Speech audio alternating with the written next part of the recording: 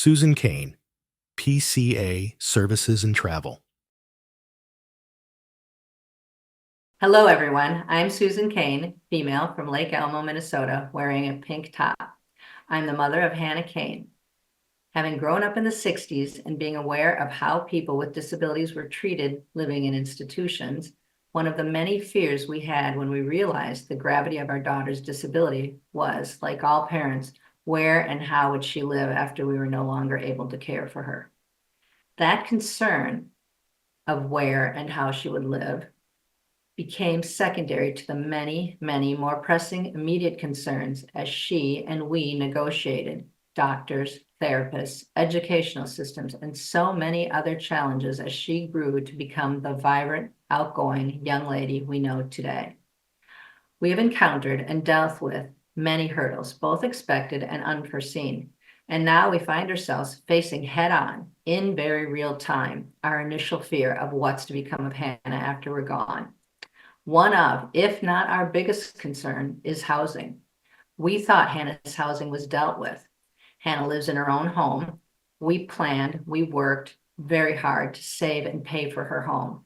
She has staff that come in to assist her with her essential life functions and ensure she is safe.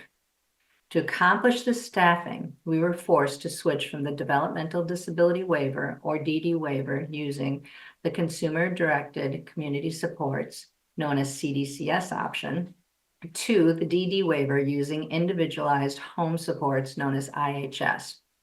One of the unintended consequences of that change is the reason for bringing this to the attention of the legislature. We have discovered that according to the law, Hannah cannot get the support she needs if she is to travel out of state. Previous to this change, she was able to bring staff with her when she traveled, and she was free to travel with staff, with or without her family. We always paid for staff travel expenses.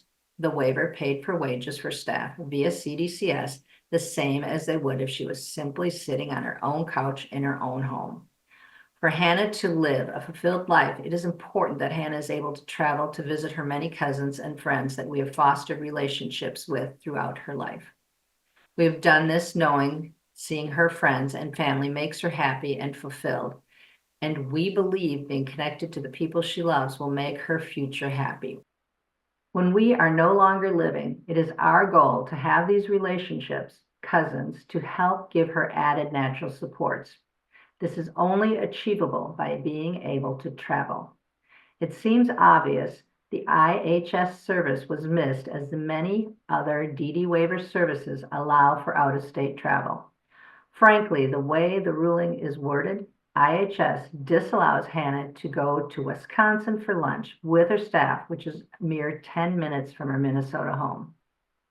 In short, our fear and our greatest concern will be that she is trapped in her own home, isolated from the people that love her and care for her, just as in previous generations she may have been trapped in an institution.